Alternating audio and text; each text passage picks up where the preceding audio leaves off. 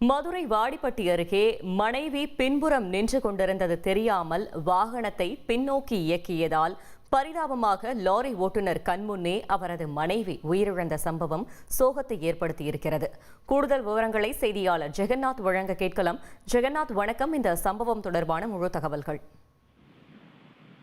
வணக்கம். மதுரை மாவட்டம் அலங்காநல்லூர் அருகே உள்ள இந்த பெருமாள்பட்டியைச் சேர்ந்த மாரநாடு, இவருடைய மனைவி ரங்கதேவி.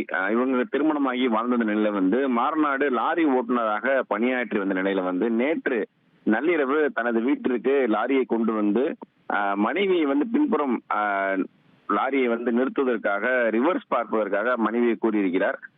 மாரநாடு லாரியை பின்னோக்கி இயக்கும் போது அருகில் மண்மேடு இருந்ததால் லாரி பின்னுக்கு செல்வதில் சிரமம் ஏற்பட்டிருக்கு.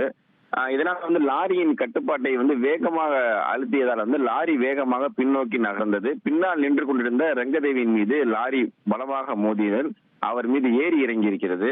உடனே இது அறிந்த லாரி ஓட்டுநரும் மற்றும் ரங்கதேவியின் கணவருமான மாரநாடு தனது மனைவியை மீட்டு 108 ஆம்புலன்ஸில் வாடிப்பட்டி அரசு மருத்துவமனைக்கு கொண்டு செல்றாரு.